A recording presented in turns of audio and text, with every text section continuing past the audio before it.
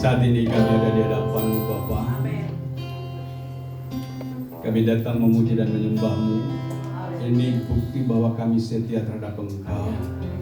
Tuhan, kami merendahkan hati kami, merendahkan diri kami di hadapan-Mu. Berkenan Engkau Tuhan senantiasa mengampuni kami dari segala pelanggaran dan dosa yang kami lakukan. Tuhan, saat ini sucikan, kuduskan kami oleh kuasa darah-Mu. Layakkan kami dari firman-Mu. Saat ini urapi kami ya Bapa, urapi jemaat-Mu, urapi hamba-Mu. Anugerahkan bagi kami hikmat, kewahyuan daripada-Mu untuk dapat memahami dan mengerti isi hati-Mu ya Bapa. Tuhan Yesus, saat ini Engkau-lah yang akan berbicara bagi kami. Sebelum kami masuk dalam pembacaan dan perenungan firman-Mu, saat ini kami bersatu hati menolak semua intervensi iblis, kuasa kegelapan, tipu daya iblis, hikmat manusia yang dibangun atas dasar kesombongan. Kami patahkan, hancurkan kuasanya dengan nama Yesus. Dan kami perintahkan malaikat berkemah di sekeliling tempat ini, mengawal pemberitaan firman-Mu dari awal sampai pada selesainya. Pakai hamba-Mu menjadi saluran berkat bagi kami semua. Urapi bibir mulut lidah hamba-Mu ya Bapa.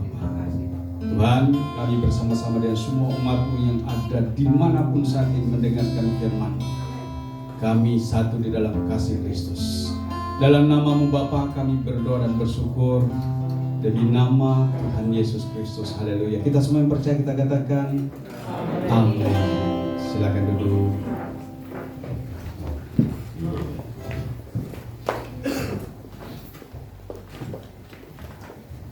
Haleluya, puji Tuhan.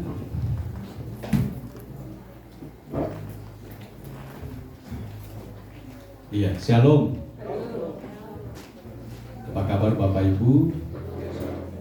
Ada sukacita? Puji Tuhan. 3 minggu berturut-turut, kecuali minggu kemarin kita ada sama-sama di retret di Badan Paskah, retret Paskah di Cipanas. Puji Tuhan, sebelumnya 3 minggu berturut-turut saya ada di tempat yang lain. Ada yang nelpon, Pak, ya mohon maaf. Waktu itu ada Pak Poli telepon ingin untuk ibadah juga. Saya ada di Manado. Puji Tuhan. Dan kebetulan ada juga yang sudah lama kita rindukan, ternyata beberapa kali hadir dan saya tidak di tempat. Puji Tuhan, hari ini kita boleh bersama-sama. Ya, yang kita rindukan senantiasa dalam hadirat Tuhan. Ada amin ya. Tentunya hari-hari yang kita lalui adalah hari-hari yang penuh dengan kemenangan, karena kita tahu bahwa ya kematian, kebangkitan, ya, dan sebentar lagi nanti kita akan rayakan tentang juga kenaikan Yesus. Ya, tapi kembali lagi kita tahu bahwa peristiwa-peristiwa yang terjadi ya 2000 tahun yang lalu kurang lebih, bahkan saat ini kita bersyukur bahwa kita masih ada di dalam semangat yang sama. Ada amin ya. Semangat yang sama. Justru sebenarnya saya mau sampaikan bahwa kalau hari-hari ini kita memiliki kerinduan untuk senantiasa menghampiri hadirat Allah, untuk beribadah kepada Tuhan, kita lebih luar biasa ketimbang saat itu. Sebenarnya seperti itu, karena firman Tuhan katakan bahwa berbahagialah orang yang tidak melihat namun percaya. Ada amin ya. Nah, kebahagiaan orang yang tidak melihat namun percaya itu sebenarnya ada satu hal yang perlu kita perhatikan, bahwa itu lebih daripada apa yang kita lihat. Ada amin. Karena apa yang kita lihat dengan mata bisa menipu, tetapi apa yang kita lihat dengan hati nurani kita, dengan roh yang ada pada kita yang Tuhan taruh, itulah yang lebih luar biasa. Dan itulah yang sebenarnya berbicara tentang akhir zaman, di mana Roh Kudus bekerja, tidak lagi berbicara di atas hanya bayang-bayang. Dalam perjanjian lama bahwa Tuhan itu hanya merupakan bayang-bayang ada di kepala atas orang yang percaya. Tetapi pada waktu Yesus datang, nyata real bahwa Tuhan ada bersama. Tetapi kembali lagi setelah Yesus pergi, dia ada di dalam hati saudara dan saya. Ada amin ya? Nah, inilah yang sebenarnya yang sangat penting untuk kita pelajari sesuai dengan apa yang kita baca dalam Alkitab. Ya. Dalam Wahyu 1 ayat 17-18, di ayat 18 dikatakan ya, di sana kita boleh buka dulu supaya kita lebih banyak belajar tentang hal ini.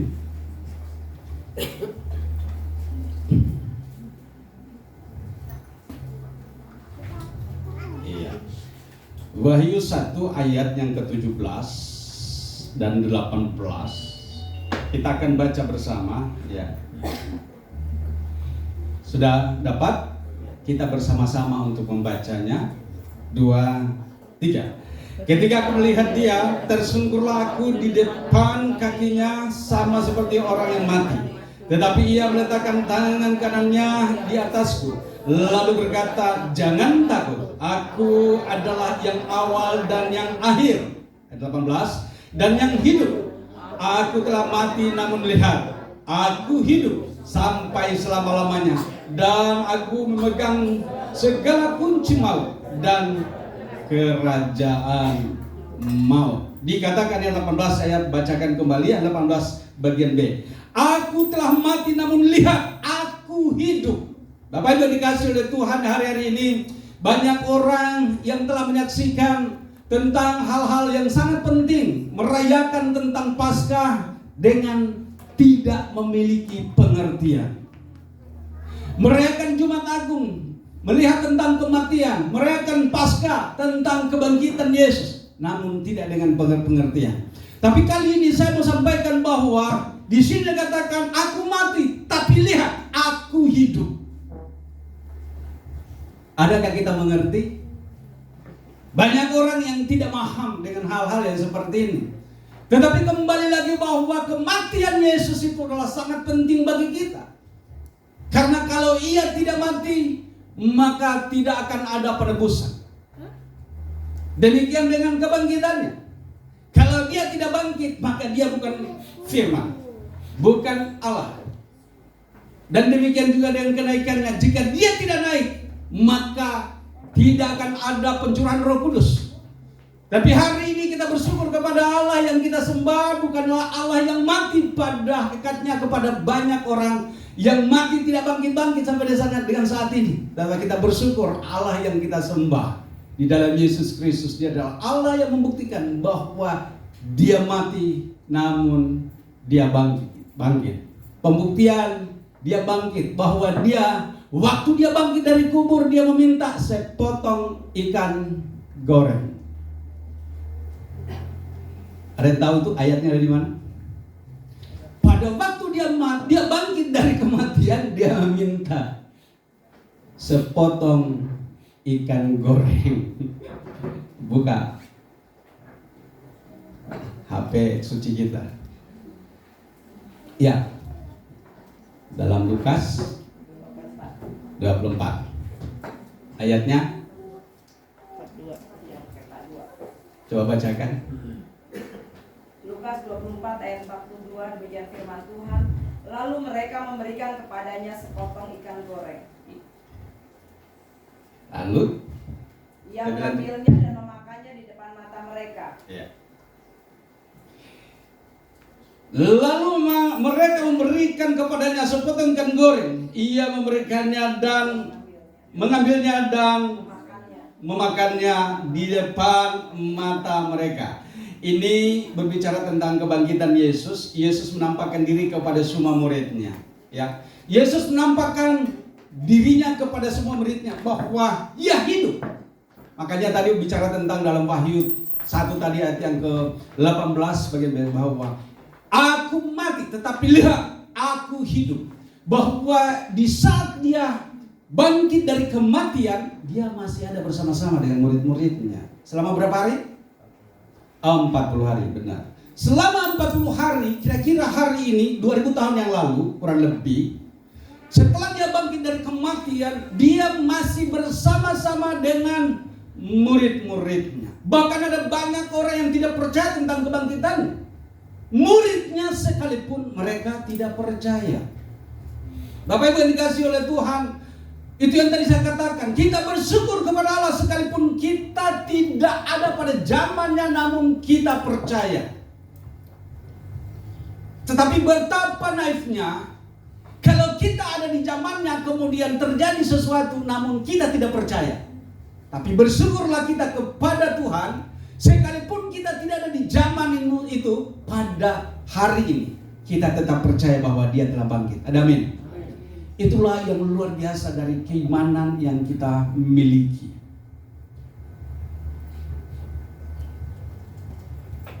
Kenapa hal itu begitu luar biasa bagi kita? Karena Dia juga yang menaruh iman kepada kita, menaruh benih. Dia taruh rohnya di dalam kita. Sebelum semuanya itu terjadi, sebelum semuanya itu terjadi, maka tidak ada yang mengetahui siapa Yesus yang sesungguhnya.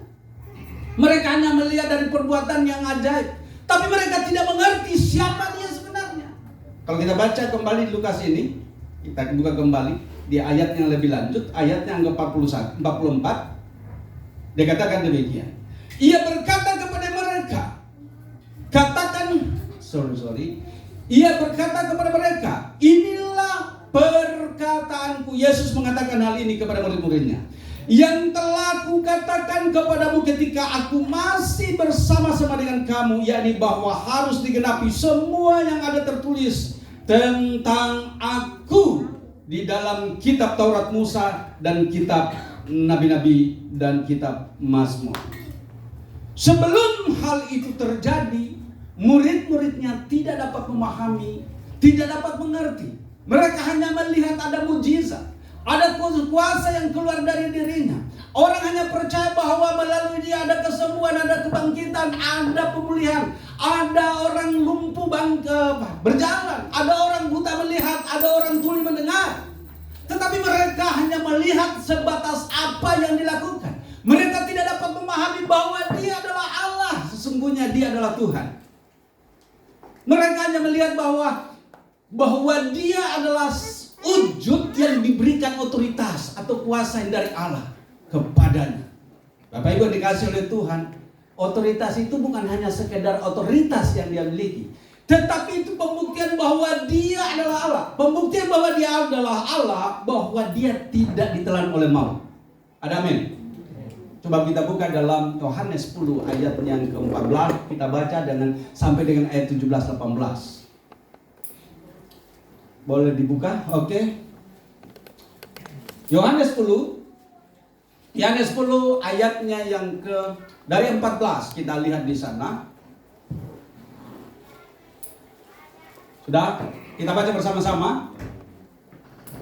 2, 3. Akulah gembala yang baik dan aku mengenal domba-dombaku dan domba-dombaku mengenal aku. Lanjut. Sama seperti Bapa mengenal aku dan aku mengenal Bapa, dan aku memberikan nyawaku. Perhatikan dengan baik. Dan aku memberikan nyawaku bagi domba-dombaku. Lanjut.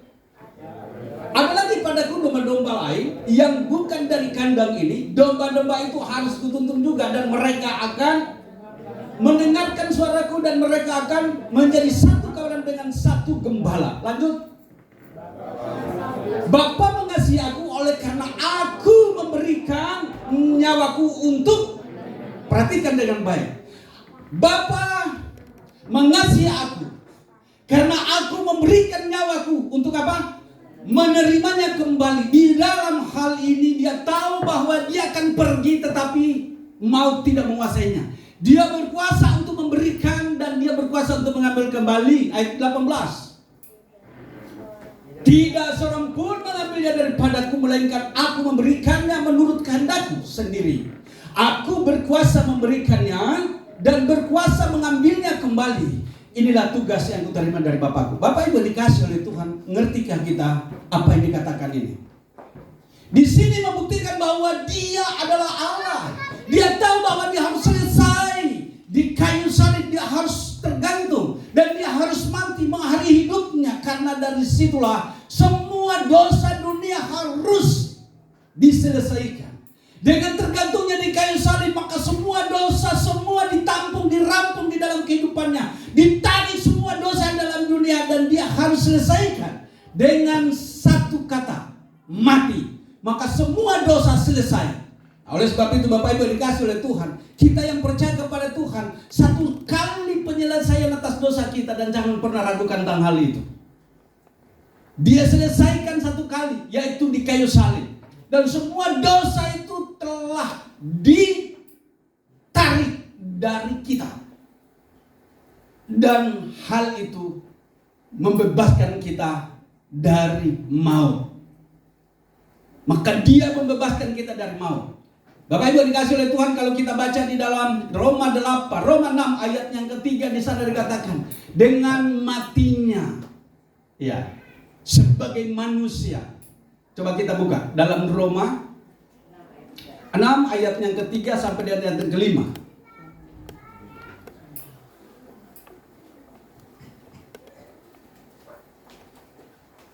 Sudah dapat? Kita baca 2, 3. Atau tidak tahukah kamu bahwa kita semua yang telah dibaptis dalam Kristus telah dibaptis dalam kematiannya? Lanjut.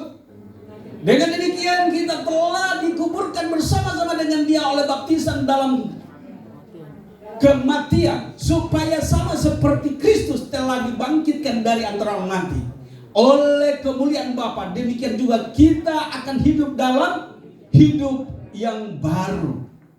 Bapak Ibu dikasih oleh Tuhan, kematiannya di kayu salib adalah satu perkara atau peristiwa di mana semua dosa dunia ditarik. Dan pada waktu dia mati, itu adalah sesuatu perkara yang penting. Coba buka di Efesus 2 ayat yang ke-15. Salah satu membacakannya.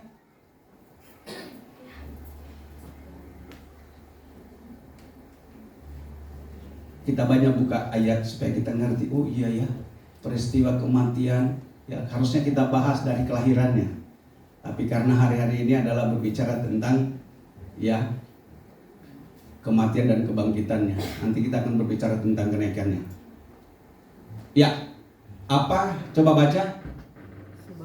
Sebab dengan matinya sebagai manusia ia telah membatalkan hukum Taurat dengan segala perintah dan ketentuannya, untuk menciptakan keduanya menjadi satu manusia baru di dalam dirinya, dan dengan itu mengadakan damai sejahtera. Bapak Ibu dikasih oleh Tuhan, dalam hal ini kita tahu dengan matinya Yesus di kayu salib, banyak orang berdosa itu, dan sampai dengan saat ini orang belum tahu bahwa kematian Yesus itu adalah pembebasan. Kematian Yesus itu adalah penebusan. Kematian Yesus adalah proklamasi tentang kemerdekaan umatnya. Roma 8 ayat 1. Buka. Roma 8 ayat 1, 2, 3. Demikianlah sekarang tidak ada penghukuman bagi mereka yang ada di dalam Kristus Yesus. Ayat 2-nya. Roh yang memberi hidup telah memerdekakan kamu dari dalam Kristus dari hukum dosa dan hukum maut. Bapak Ibu, kita tidak ada lagi, tidak menanggung lagi dosa kutuk oleh karena hukum Taurat. Enggak lagi. Bapak Ibu dikasih oleh Tuhan, kita ini sekarang sudah dimerdekakan. Nah itulah tujuannya Yesus harus mati, supaya semua orang yang percaya kepadanya tidak akan menanggung dosa lagi. Sudah selesai. Tetapi ingat, perkara tentang penebusan itu tanggung jawab kita itu berat. Tanggung jawab kita itu berat. Perlu perhatikan. Ya, kita memang sudah diselamatkan. Kita memang sudah bebas dari dosa. Tetapi bagaimana menjaga tentang karya agung Tuhan, penyelamatan Tuhan bagi kita, itu tidak hanya sekedar kita percaya kemudian kita ya bebas saja hidup ya seperti orang kebanyakan di dunia ini, ya hura-hura dugem di mana-mana, ya mabuk di mana-mana, itu jalan terus. Tidak demikian. Ngudem, saya kira ngudem. Dugem. Iya. Jadi keselamatan yang diberikan kepada kita itu mahal harganya, semahal darah Kristus.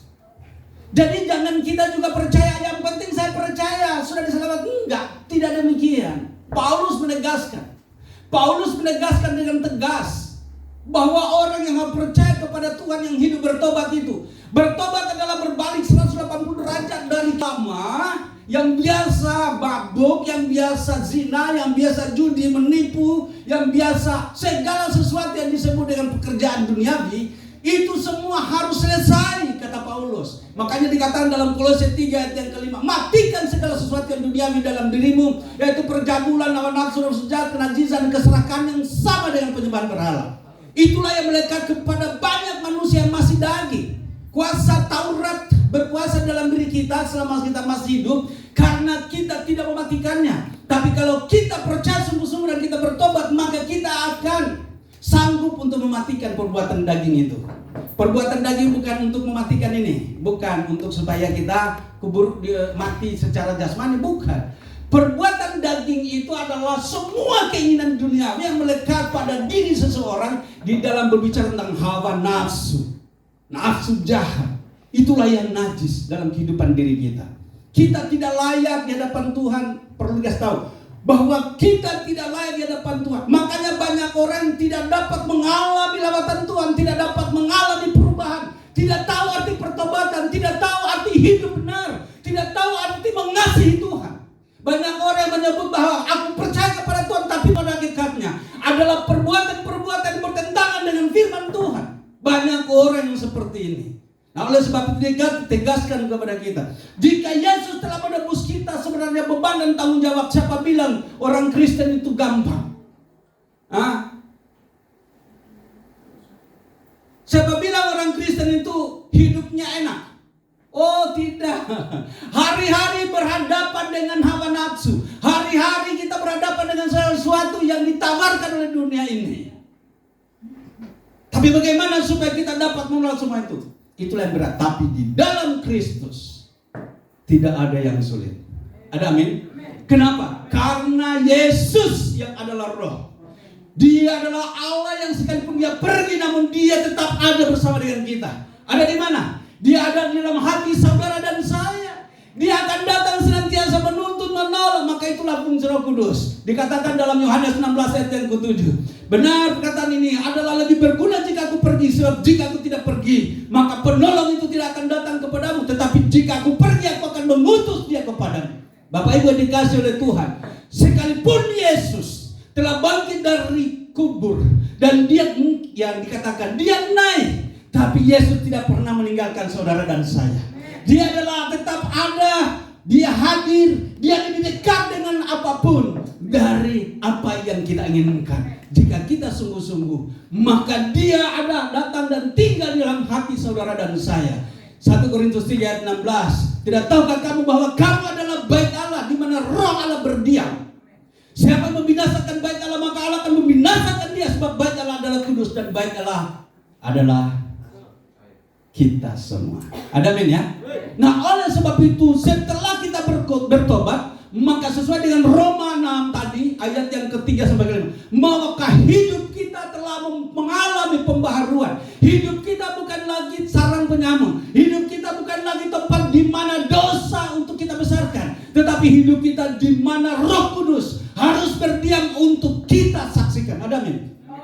Kebangkitan Yesus dari kematian, pembuktian bahwa setiap orang percaya harus bersaksi. Apa yang disaksikan? Kematiannya? Bukan itu. Tetapi yang perlu disaksikan bahwa Yesus yang adalah roh, dia telah hadir dalam hidup kita. Di dalam kehidupan kita inilah tergambar semua kebenaran firman Tuhan. Di dalam hidup kita inilah terpancar sinar kemuliaan Tuhan. 2 Korintus 3 ayat yang kedua dan ketiga, bahwa firman itu hidup dan hidup di dalam kita. Dan firman itu adalah sesuatu gambaran kebenaran yang harus disaksikan di mana? Kepada semua orang di sekeliling kita. Dengan cara apa? Hidup kita adalah hidup karena firman. Maka dimanapun kita pergi mencerminkan kebenaran firman Tuhan. Kenapa? Karena di dalam kita ada Roh Kudus, di dalam kita ada Roh Allah yang hidup, di dalam kita terpancar sinar kemuliaan Tuhan. Itulah yang disebut dengan suratan Kristus yang hidup. Dikatakan di dalam 2 Korintus itu, dikatakan 2 Korintus 3 ayat yang kedua itu bahwa kita adalah surat Kristus. Tolong dibuka. 2 Korintus 3 ayat yang kedua dan ketiga. Enggak, tolong. Udah. Ya, coba baca. Kamu adalah surat pujian kami yang tertulis dalam hati kami dan yang dapat dibaca oleh semua orang. Lanjut. Karena telah ternyata bahwa kamu adalah surat Kristus yang ditulis oleh pelayan kami, ditulis bukan dengan tinta tetapi dengan Roh dari Allah yang hidup, bukan pada loloh batu melainkan pada loloh daging, yaitu di dalam hati manusia. Bapak Ibu dikasih oleh Tuhan, kalau Musa naik ke Gunung Sinai dan kemudian di sana dia menerima 2 loh batu yang berteruskan 10 hukum Tuhan, tetapi Bapak Ibu dikasih oleh Tuhan, kita tahu bahwa Musa akhirnya membanting batu itu dan hancur berkeping-keping. Tetapi kita tahu bahwa firman itu tidak lagi tertulis di loh batu, tetapi firman itu tertulis di loh daging, yaitu dalam hati manusia, di dalam kehidupan kita. Makanya itu dikatakan, setelah Yesus bangkit dari kematian, maka kehidupan kita telah memperoleh otoritas, telah memperoleh kuasa. Untuk apa? Untuk bersaksi. Banyak orang yang tidak bisa bersaksi karena hidupnya masih dikuasai oleh daging. Tetapi jika kita tahu bahwa kebangkitan Yesus adalah membawa suatu dampak perubahan kepada kita, dan kita hidup di dalam kehidupan oleh firman itu, maka hidup kita dimanapun kita berada, kita mencerminkan sinar kemuliaan Tuhan. Firman itu tidak lagi tertulis di sini. Ingat, lihat ini. Firman itu bukan lagi tertulis di sini, tetapi firman itu tertulis di loh daging, yaitu dalam hati manusia, di hati kita. Makanya baca firman ini, baca kitab ini supaya engkau tahu bahwa Tuhan itu berfirman supaya kita hidup dalam pertobatan. Tuhan mau supaya firman itu beralih dari buku, artinya logos, ya, dari Alkitab ini, dari buku ini. Ini kertas, hanya tertulis. Tetapi firman itu harus hidup. Seperti Yesus. Dia hidup. Dalam kejadian 1 ayat 26. Marilah kita menciptakan manusia menurut rupa dan gambar kita, maka diciptakanlah mereka. Bapak Ibu dikasih oleh Tuhan, kita tahu bahwa firman itu telah menjadi manusia, yaitu Yesus datang ke dalam dunia untuk menebus kita. Kenapa dia tidak datang seperti yang lain, seperti bentuk yang lain? Enggak, karena dia adalah penebus. Dia harus datang dalam rupa manusia. Kalau tadinya kita diciptakan menurut rupa dan gambar Allah, kemudian Yesus datang sebagai penebus, tidak mungkin datang seperti binatang. Enggak, dia harus datang di dalam rupa manusia untuk menebus umat yang dikasihinya. Itulah pentingnya bahwa kita memahami, ternyata kedatangan Yesus ke dalam dunia itu adalah suatu nubuatan yang harus terjadi dalam dirinya. Dia harus menggenapkan semua nubuatan itu. Manusia ilahi, manusia diciptakan dalam rupa Allah, itulah kita.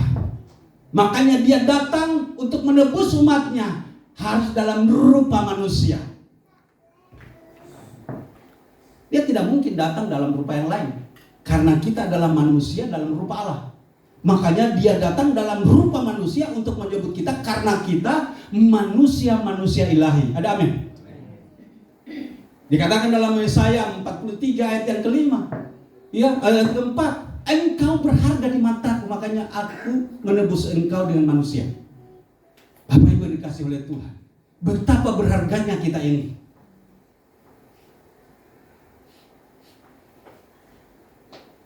Nah, oleh sebab itu Bapak Ibu dikasih oleh Tuhan, jangan sia-siakan hidup ini.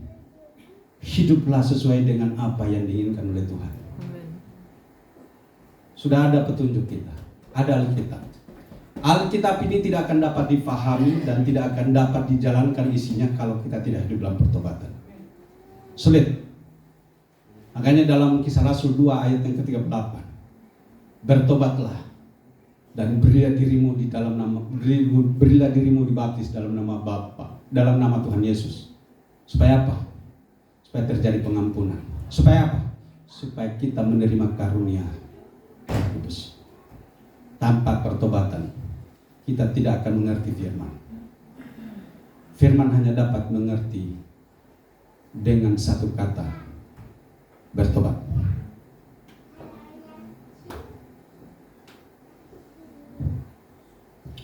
Karena kalau kita bertobat, Roh Kudus akan tinggal dalam kita. Maka Roh Kudus akan berfungsi sebagai penolong atau sebagai pengajar. Coba buka dulu dalam Yohanes 16 ayat 7. Tadi saya sudah sebutkan.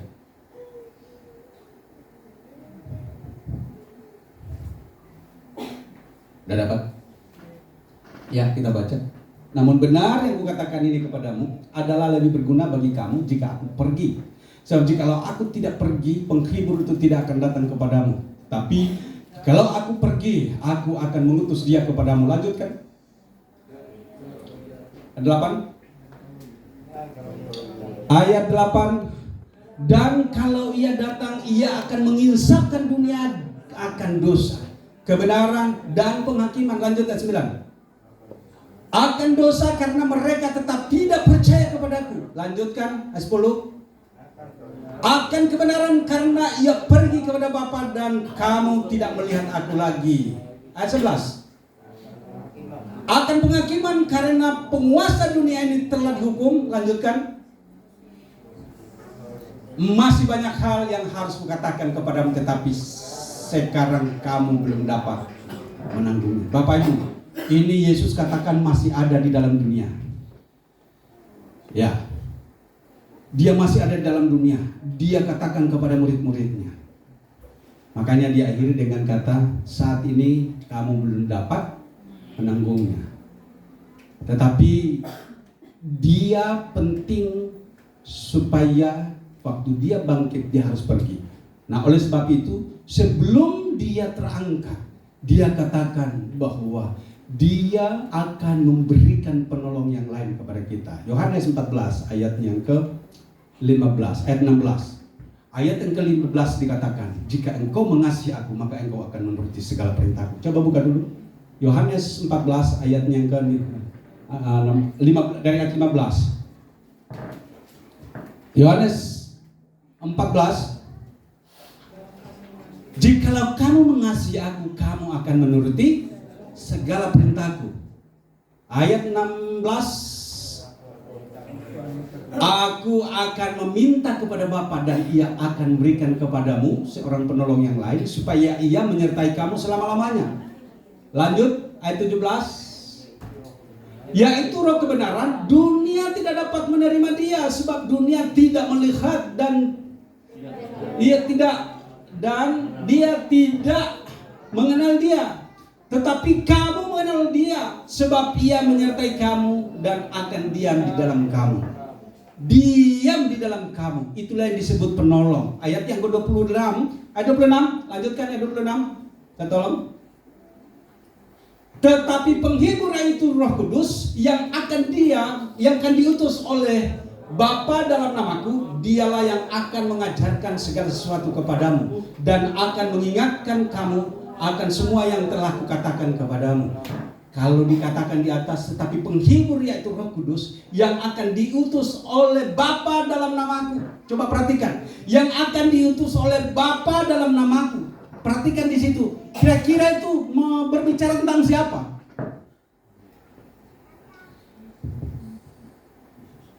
Kalau waktu itu orang berpikir bahwa Yesus sedang berbicara kepada satu oknum. Ya, yaitu tentang Bapa. Tetapi Yesus mengatakan tentang implikasi tentang dirinya. Bahwa sebenarnya itu berbicara tentang dirinya. Aku akan, yaitu Roh Kudus yang akan diutus oleh Bapa dalam namaku. Dialah yang akan mengajarkan. Dalam namaku, yaitu sesuatu hal yang perlu kita paham bahwa Yesus sedang berbicara mengatasnamakan dirinya yang dalam keadaannya sebagai manusia. Tetapi pada hakikatnya dia adalah Bapa yang mengatakan bahwa yang akan diutus oleh Bapa. Sebenarnya berbicara kepada satu peristiwa dalam namaku, itu berbicara tentang dirinya.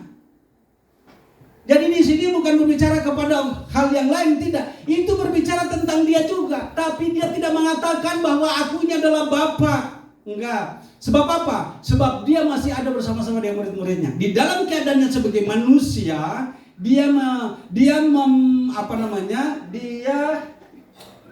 berperilaku sebagai manusia normal, ya, manusia pada umumnya. Tetapi ada satu hal yang perlu dia mau sampaikan kelak. Makanya di dalam Yohanes 16 ayat yang ke-7 itu dia katakan, adalah lebih berguna jika aku pergi, sebab jika aku pergi, roh itu tidak datang kepadamu. Kenapa? Karena berbicara dia juga. Tapi jika aku pergi, aku akan mengutus dia kepadamu. Coba, dia mengatakan di situ sudah mulai jelas, aku akan mengutus dia kepadamu. Bapak Ibu dikasih oleh Tuhan, betapa pentingnya kita memahami tentang Yesus itu adalah Bapa, Yesus itu adalah Firman, dan Yesus itu adalah Roh. Tapi orang lihat Bapa, Anak, dan Roh Kudus, kemudian bilang ada 3 Allah. Siapa bilang ada 3 Allah? Yesus datang ke dalam dunia karena dia adalah Allah. Dalam dunia untuk menyatakan dirinya sebagai manusia di dalam bentuk firman. Pada mulanya adalah firman, dan firman itu bersama-sama dengan Allah, dan firman itu adalah Allah. Yohanes 1 ayat 1. Segala sesuatu diciptakan di dalam dia. Artinya bahwa dia adalah Allah. Bukan lagi bicara nantinya ada Bapa. Iya benar. Kita mengenal dia dalam bentuk wujud firman yang berbicara kepada kita dalam keadaannya sebagai manusia, tetapi dia datang dan mengajarkan nilai-nilai yang disebut dengan keilahiannya. Tetapi dia tinggalkan keilahiannya, di dalam rupa manusia dia mengajarkan tentang hal-hal yang sifatnya ilahi. Filipi 2 ayat yang ke-4, 5, 6 di sana. Bahkan di dalam yang keberapa dikatakan, di dalam keadaannya sebagai manusia ia meninggalkan keilahiannya. Dia mengambil rupa manusia, bahkan dia merendahkan dirinya di bawah derajat manusia. Kalau dalam Yohanes 13 ayatnya yang keberapa itu dikatakan di sana, dia merendahkan dirinya, dia membuka jubahnya, dia membuka tali ikat pinggangnya yang dari lenan, kemudian dia mengambil baki dan dia mencuci kaki murid-muridnya. Inilah yang disebut dengan kerendahan hati yang ada di dalam Yesus, mengajarkan nilai-nilai bahwa kita harus rendah hati. Jangan merasa kita adalah orang yang terpenting. Jangan kita merasa bahwa kita adalah orang yang harus dihormati. Kita orang yang harus lebih dari yang lain. Enggak. Tuhan Yesus telah mengajarkan kepada kita nilai-nilai tentang bagaimana menghormati, bagaimana menghargai, bagaimana kita harus menempatkan diri sebagai orang. Makanya dikatakan dia semakin berisi, semakin tunduk. Itu semua adalah pelajaran barat padi. Semakin dia berisi akan semakin tunduk. Sebenarnya Yesus itu adalah Allah. Ada amin? Tapi dia datang ke dalam dunia, dia mengajarkan nilai-nilai keilahian. Artinya semakin kita memahami firman, harusnya semakin rendah hati. Ini semakin dia di atas sekolah tinggi hati. Artinya makin tinggi hati, akhirnya jadi dokter tinggi hati, kabulator bocor semua jadinya. Iya, orang makin nilainya di atas, makin ini saya sudah nggak ada, itu semua sampah kata Paulus. Karena ada yang meninggikan diri. Kita semua ada sampah. Pada hakikatnya kita adalah ulat, cacing, tak berguna. Tapi puji Tuhan, Yesus yang datang menjadi manusia, dia merendahkan dirinya untuk mengajarkan nilai-nilai keilahian, supaya kita hidup di dalam kebenaran firman itu. Bapak Ibu, masih panjang lagi yang harus disampaikan, tapi waktu kita terbatas sampai di sini. Tapi paling tidak mengertilah kita betapa pentingnya pertobatan itu. Karena tanpa perdebatan kita tidak akan mengerti sama sekali tentang hal ini. Puji Tuhan, kita patut bersyukur pada Tuhan yang selalu mau mendengarkan doa-doa kita. Betapa kita bangga kepada Allah kita. Kita bangga kepada Yesus yang kita kenal, yang tidak menyombongkan dirinya, tapi mengajarkan tentang nilai-nilai hidup yang sesungguhnya. Puji Tuhan, kemarin di Paskah, berat-berat Paskah, luar biasa cara Tuhan. Kita tidak berpikir tentang bagaimana nantinya dengan keuangan. Kita tahu bahwa Tuhan adalah Allah yang menjawab doa kita. Semua terjadi mujizat luar biasa. Ya, villa kita ditanggung 3 villa 14, 15, 16, 14 bahkan ya, 14, 15, 16 itu nilainya 21 juta. Dan Tuhan penuhi dengan cara Tuhan. Ya, kita hanya menjalankan aja. Pokoknya sudah, kita mau retret, semua jemaat ini harus naik. Ya, kita tidak ya kalau kita mau bebani sesuai dengan yang seharusnya, ya jemaat ini harus bayar tidak hanya 300. Harusnya membayar lebih dari 600. Kalau mau yang seharusnya. Tapi puji Tuhan, dengan cara Tuhan semua berjalan ya dengan cara Tuhan. Siapapun kita panitia, siapapun jemaat ini tidak perlu membanggakan diri, karena memang Tuhanlah yang perlu dipermuliakan, Tuhanlah yang perlu disanjung, Dialah yang melakukan semuanya. Kita hanya berdoa. Kita tundukkan kepala, kita akan berdoa. Namun sebelumnya saya kira kita boleh ya satu pujian ya. Nanti aja ada pujian panitia nanti sebentar. Oke, baik. Ya, kita berdoa. Bapa yang baik, kami bersyukur kepadamu hari ini Engkau menyingkapkan tentang perkara-perkara yang luar biasa dalam kehidupan kami, bahwa Engkau telah menyelesaikan segala sesuatu yang berat bagi kami, yang tidak mungkin kami dapat menanggungnya, yang tidak mungkin kami dapat menyelesaikannya, perkara dosa yang kami perbuat dalam dunia ini.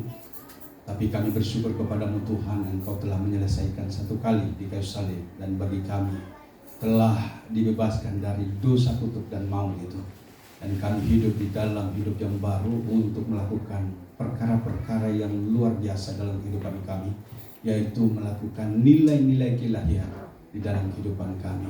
Tuhan, urapi kami semua, mampukan kami untuk dapat memahami dan mengerti isi hati-Mu. Terima kasih Bapa, terima kasih Engkau sudah menyingkapkan semua itu. Hamba terbatas di dalam menyampaikan semua ini, tetapi hamba percaya Roh-Mu lah yang sanggup untuk menerjemahkan dengan baik dan sederhana di dalam hati kami pribadi lepas pribadi. Engkau juga Tuhan yang memampukan kami untuk dapat memahami dengan baik. Dengan kuasa Roh-Mu, hikmat-Mu turun atas kami, dan kami dapat hidup menghidupinya dalam kasih Kristus. Terima kasih Bapa, hamba-Mu telah selesai. Hamba berserah kepadamu, biarlah Engkau Tuhan yang akan terus menonton. Dalam nama-Mu kami berdoa dan bersyukur, demi nama Tuhan Yesus. Haleluya. Kita semua percaya, kita katakan amin.